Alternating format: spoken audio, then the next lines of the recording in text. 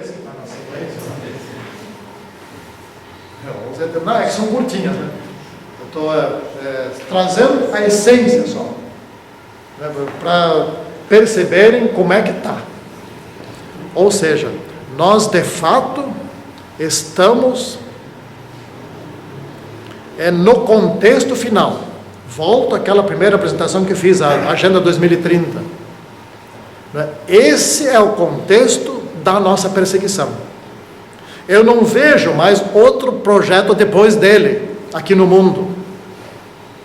Eu não estou querendo com isso dizer, nem crer nisso, que até 2030 Cristo volta. A agenda não manda em Cristo. Não é? Mas o que eu vejo é que essa agenda, ela faz aquilo que nós já estudamos, estamos carecas. Como é que o senhor está careca de saber, né? Como é que tem mais um careca? Tem mais um que também já sabe tudo isso, né? Calvo. Sim, calvo, aqui está escrito não me lembro onde ali, calvo, E eu também já estou, eu sou elogiado por Deus, já está escrito na Bíblia, né? Que a força dos jovens, o orgulho dos jovens é a sua força, e o resto eu esqueci.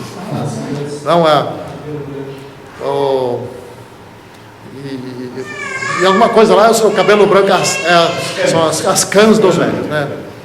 O orgulho dos velhos são as suas cãs. É por isso que eu não pinto. Bom, aqui nós estamos sabendo, irmãos. Sabendo o que vai acontecer. Está em andamento. Essa Agenda 2030, ou nós nos envolvemos ou seremos perseguidos. Isso vai acontecer até 2030. Antes disso, não é? Ou eles vão botar fora. Irmãos, pesquisem no Google, a Agenda 2030 está lá, eu não inventei isso. Está lá, isso é público. Pegue as oficiais do governo brasileiro, tem lá, né? Ou da própria ONU, etc. Acho que não tem em português. Mas do governo brasileiro tem em português. Na ONU tem no máximo em espanhol, mais próximo. São 7 línguas e nenhum português. Então, esse é o contexto final. Agenda 2030. Unir o planeta para salvar o planeta das tragédias finais, das tragédias atuais. Né? Temos que pregar e nos agilizar. Não que a igreja tem que se agilizar. A igreja, está escrito que vai acontecer com ela, né? A igreja vai se levantar, vai se reavivar, etc. Isso eu não me preocupo. Tem que orar por isso, sim, claro. O que tem que me preocupar é comigo. Será que eu vou participar dessa ou vou ficar fora? O problema sou eu. A igreja não é problema. A igreja já está previsto o que vai acontecer com ela. Ela vai vencer. Né? Isso já está decidido. O problema é eu ou você, cada um. Eu posso sair da igreja ou ficar. Esse é o problema. E esse é o contexto. A Agenda 2030 está dentro desse contexto. O contexto final está ali, que nós vimos, rapidamente, né? Vamos ver mais alguma coisa. Diálogo interreligioso, solução para os conflitos do mundo. Está aqui um símbolo do diálogo interreligioso, sério. Esse bobalhão ali sou eu, está escrito lá. O Papa Francisco, com Marabon e Abraham Sorca, no histórico abraço do Muro das Lamentações, lá em Jerusalém. Estavam eles lá, né? O Instituto do Diálogo Interreligioso do Coração da Organização dos Estados Unidos, americanos, né? A Organização dos Estados Americanos, a OEA, para lançar uma mensagem de paz e de convivência possível. Ou seja, nós temos que conviver, isso quer dizer o seguinte: parar de fazer trabalho missionário, por exemplo. Parar de tirar membros um dos outros. Onde é que já se viu uma coisa dessa? Ficar competindo ali uns com os outros. Isso já é uma decisão anterior, que não está sendo respeitada.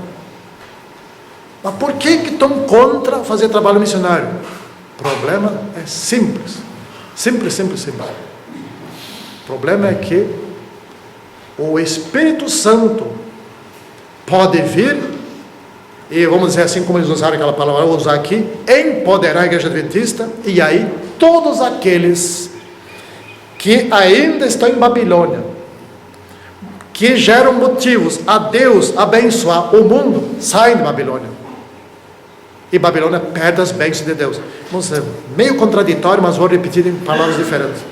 Babilônia hoje está sendo abençoada por Deus. É isso, seco, curto e grosso. Abençoado por quê? Porque tem muitos servos de Deus dentro. E esses não podem sair, porque se eles saem, termina essa graça. E outras coisas, né? Cai Babilônia, caiu, né? Cai. Esse é o problema. A igreja adventista, sabe qual é a melhor estratégia de Satanás contra a igreja adventista? Manter morna, não fede, não cheira, vai levando, e nunca termina o trabalho, pois parou de ser morna, está se aquecendo, está deixando de ser Laodiceia. Esse é o problema deles, entende? Por isso que está vindo isso. Ou seja, a senhora vai descrever, levante-se, ou seja, começa o revivimento, eles se levantam, já se levantaram. A perseguição já vai vir aí, bem em frente, está logo, e eles já estão se organizando. A perseguição não vem, eles primeiro se organizam, estão se organizando, está tudo organizado já. 14 anos e meio para cumprir isso daí. Então vamos ver agora aqui. Tá, próximo. Entendemos há muito tempo que o diálogo interreligioso é uma boa parte para a solução dos conflitos do mundo. Diálogo interreligioso, mas tem dois tipos de diálogo. Tem o ecumenismo, que é a união dos cristãos, é o diálogo entre os cristãos. E tem o diálogo interreligioso, que é a união de todas as religiões do mundo.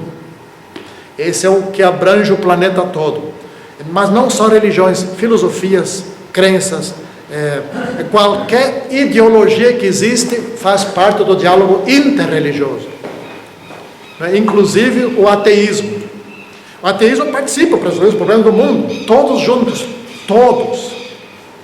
Não menos um ou menos dois. Todos têm que se unir. É isso que quer dizer isso lá. Percebe? Então, esse é o contexto. A Agenda 2030, esse é o contexto. Isso tudo deverá acontecer nesse meio tempo. Então temos que pregar. Segue. Acreditamos que Francisco, essa aqui vocês têm que ler mais devagar. O Omar Abou, esse que vocês viram a foto antes, escreveu isso, falou isso. Acreditamos que Francisco é a única autoridade espiritual do mundo moderno. O único que ocupa esse espaço hoje é Bergoglio, e nenhum outro. Entenderam isso aí? A autoridade é global. Não estão reavivando a besta de novo? Já não está tendo, é claro que quem falou isso aqui é um sacerdote católico, mas é a única autoridade que existe no mundo, não é Jesus Cristo. Segue. Então, você pode educar para o diálogo, disse esse avô. Assim como também você pode educar para o fundamentalismo. Educação é neutra. Eu posso educar meus alunos, não ir para um lado ou para outro. Depende da minha cabeça, minha ideologia. Devemos ver como podemos reverter a tendência. E a América é um grande lugar para se fazer isso, pois ali existe uma espiritualidade presente. Irmãos, a América do Norte, lá por 1950, mais ou menos naqueles tempos, em torno de 60% criam em Deus. Hoje é 90 e poucos por cento. A espiritualidade aumentou, portanto, olha só como tudo coincide. A Europa está fragilizada e está se quebrando toda. A Europa nunca se uniu com a União Europeia. Eles nunca conseguiram um governo único. E agora ainda está quebrando. E os Estados Unidos nunca estiveram tão unidos. Nunca estiveram tão unidos, né? E como é que o Vaticano vai fazer aliança com a Europa quebrando? Não. Vai fazer uma aliança com os Estados Unidos, que está cada vez mais forte, cada vez mais unido entre si. Bom, a Bíblia já escreveu isso. Está em Daniel, bem antes de Cristo. Não é? Que Europa. Bom, então está aqui, por exemplo, uma ilustração. O que é o fundamentalismo? Pena de morte deles. Aborto é crime. Então essas coisas assim, né? Sério. Bom, olha a ilustração do fundamentalismo. Vocês conhecem esse aqui, não? Marco Feliciano. O que ele disse? Afrodescendentes são amaldiçoados. Não sou eu quem digo, é a Bíblia. Gente, bota a Bíblia num lugar mais decente, né? A Bíblia nunca disse isso. Aliás, se forem ler os livros de história, quem disse isso? Certa vez, no tempo dos descobrimentos, foi a Igreja Católica. Está nos livros de história. Diz o seguinte: negros não têm alma, portanto não são gente, podem ser escravizados à vontade. Está nos livros de história isso. Segue. Não na Bíblia. É bom? Olha só, super interessante. A Bíblia, como você nunca leu, tudo mal interpretado. Detonando a Bíblia. A indústria de Jesus, ou seja, faturando dinheiro. Como a indústria de Jesus? Como distorce essas coisas, né? E olha ali o pregador, né? Pregando Jesus com que cara, né? Segue. O mundo, nesse século em particular, terá que definir em que lado está. A religião é um ato de libertação, porém, em mãos erradas e com más interpretações, é o pior dos venenos. Alguém aqui se sentiu atingido? Ou nós recalcitramos nas identidades fundamentalistas do passado, que terminarão em confronto, ou tomamos coragem de nos colocarmos no lugar do outro. O que foi o passado? Passado aqui vocês têm que lembrar da Idade Média: perseguição, morte, inquisição, as cruzadas, etc. Guerras, e muitas guerras, muita carnificina, etc. Esses mesmos que fizeram isso, hoje estão falando aquilo. Os que foram perseguidos, né, os valdenses e companhia limitada, que foram perseguidos, né, é o que são os culpados. E o mundo acredita. Eu tenho dito para meus alunos, e tenho pregado também: você quer enganar alguém? Engana o povo. Povo é a coisa mais fácil de enganar. O povo acredita em qualquer coisa, né? Portanto, não seja povo. Por exemplo, esses tempos eu vou dar um exemplo de como é fácil enganar multidões. Eu não sou de olhar futebol e condeno quem olha, né? Isso é o futebol é uma coisa corrupta, competitiva, violenta, e cheia de outros problemas, e detona as pernas, os joelhos, etc. É uma coisa que não presta, né? E condeno veementemente quando alguém vai pregar aqui na frente e falar sobre o seu time do coração. Inclusive uma vez já dei uma rasteira num irmão lá que veio no sábado à tarde vestido com a farda do seu time para assistir a pregação. Veio e eu condenei lá da frente. O cara se sentiu mal. Ellen White faria pior do que eu. Bom, isso é uma forma de idolatrar. Mas claro que é, isso é uma idolatria. Idolatria dos jogadores, né? Idolatria dos cantores, não esses que cantaram aqui, dos cantores do mundo ali, idolatria dos artistas de cinema, etc. Onde vão esses caras, tem gente querendo assinatura, selfie, etc, etc. Bom, então aqui, pior dos venenos. Nós somos descendentes dos perseguidos, não é? Nós guardamos a Bíblia como aqueles que foram perseguidos na Idade Média guardaram. E nós é que cometemos os erros. E somos culpados de ter cometido os erros do que esses que querem ajeitar o planeta cometeram. E o mundo acredita. Ilustro mais uma vez o caso de futebol, que tinha falado antes, que eu saí do assunto. Esses tempos eu li sobre um fato que aconteceu num jogo de futebol no México. Tinha não sei quantas mil pessoas, 30 e poucas mil pessoas no estádio. E um brincalhão gritou ali: fogo! Sabe o que aconteceu?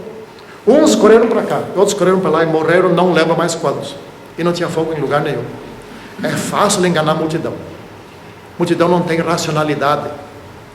Aqui, esse grupo aqui é muito pequeno para enganar. Se levanta, se eu começar a pregar aqui sobre o domingo, não sei o que mais, alguém se levanta aqui, etc, e já bagunça tudo a pregação, né? Mas se tiver 500 pessoas ou coisa e tal, lá isso não acontece. Você engana as pessoas. Por isso que Ellen White não queria igrejas de porte grande. Igreja de porte grande, vai um pregador lá, uma boa lábia, e passa a conversa, né? Igrejas pequenas é difícil enganar. Irmãos, mais uma coisa que eu vou dizer: eu sou professor de oratória também lá no Unijuí, quando querem essa disciplina. É mais difícil falar para auditórios pequenos. Você tem um auditório de 1.000, 1.200 pessoas, você fala que isso é massa. Massa, é multidão. Isso é fácil de falar. O difícil é falar para 15 ou 20. Entre 15 ou 20 eles ficam te analisando assim, e alguém levanta, né? Ou então não concorda contigo e diz. Numa multidão ninguém faz isso. Você não te acreditam? Mas fica por massa. Entende? Como é que se faz para enganar as multidões? Igrejas grandes. Sempre grandes, não um pequeno grupo. É assim que funciona. Quem entende de mentira sabe disso. Eu sei disso. Aliás, não, a gente também estuda isso, né? Não porque faz isso, né? Tá, segue o próximo. Bom, até aqui a fonte foi essa daqui, Rádio Vaticano, etc. Então, segue. Bom, olha só essa manchete aqui. Maranata, bens de pastores crescem 6 vezes. Não são da nossa turma, mas o Zé falava Maranata, né? Que tiro, né? Segue. Olha aqui. O que está acontecendo aqui? Olha para essa cena aqui. Aqui essa multidão de gente. Isso aconteceu no dia 16 desse mês. Faz pouco. O que foi isso, Zé? Vamos descobrir. Together. Essa foi a reunião do Together. O que é esse Together? Essa data aqui. Olha só o povo ali. Todos eles jovens universitários. Estados Unidos. Vamos ver o que houve aqui. Está aqui. Água. Quando falar uma coisa importante, eu tomar água. Essa aqui é a legítima água do dilúvio. Toda a água passou pelo dilúvio. Qual é a água que não tem no dilúvio? Essa teve. Então é um evento, Together, é um evento destinado à geração Y, que hoje são universitários ou já estão se formando. Jovens muito estudados. Quem planejou isso? Nick Hall, ou seja, Nick Salão, traduzindo, Nick Salão. Bom, um artista de hip hop, esse é o nome dele, ele disse o seguinte, ele participa disso, então vejam que tipo de coisa tem lá. Irmãos, cuidem com a música na igreja. Vê se não estão usando a mesma música do ecumenismo dentro da nossa igreja. Presta atenção nisso. Ellen White alertou sobre isso. A música gospel é a música do ecumenismo. Eu tenho um livro lá em casa publicado pelo UNASP sobre esse assunto, né? Vê se nós não estamos usando a mesma música que o mundo está usando, onde se une as igrejas para combater a igreja adventista do sétimo dia. E a irmã White disse que Satanás conhece muito bem Sim. o poder da música. Conhece. Então veja o que ele disse. Eu vejo pessoas que devem ser referidas como irmãos e irmãs. Olha que palavras bonitas. Não sejamos uma comunidade religiosa que caminha pelas pessoas que estão lutando e se machucando. Se não tivermos um bálsamo de cura, contribuiremos para a dor. Veja, a religião foi a que fez as perseguições no passado. Chega de perseguição. E aquilo que a religião, eu repito aqui, aquilo que a religião, a igreja fez na Idade Média, nós seremos culpados hoje. Pode isso? E o mundo acredita. Vamos seguir, segue. Bom, esse aqui é o Nick Hall, 33 anos hoje. Ele é pastor? Não. Ele tem a minha profissão. É bacharel em administração de empresas e mestrado em liderança e pensamento cristão. Ele é um administrador. Ou seja, ele é visto como o sucessor de um grande pregador que daqui a pouco vocês vão ver. Como voz da próxima geração, ele tem 33 anos agora, né? Ele já falou para mais de 3 milhões de estudantes de universidade. Ele é um excelente pregador, um grande líder, sem ter teologia. Ele criou a Pulsa. Pulsa foi fundada por ele. O que é a Pulsa? Vamos ver. Segue. Bom, Pulsa é um movimento catalítico. Catalítico quer dizer envolvente, que muda, que transforma. servindo e unindo o povo de Deus através das estações de oração e evangelismo. Eles oram, e oram muito.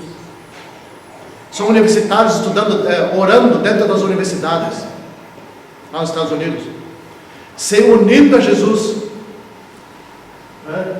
O Pulso, Faculdade Júnior, que não é uma faculdade assim em si, mas é uma ideia de faculdade, de ensinamento, que começou com orações de alguns alunos e hoje é um dos maiores movimentos de evangelismo liderados por estudantes na história.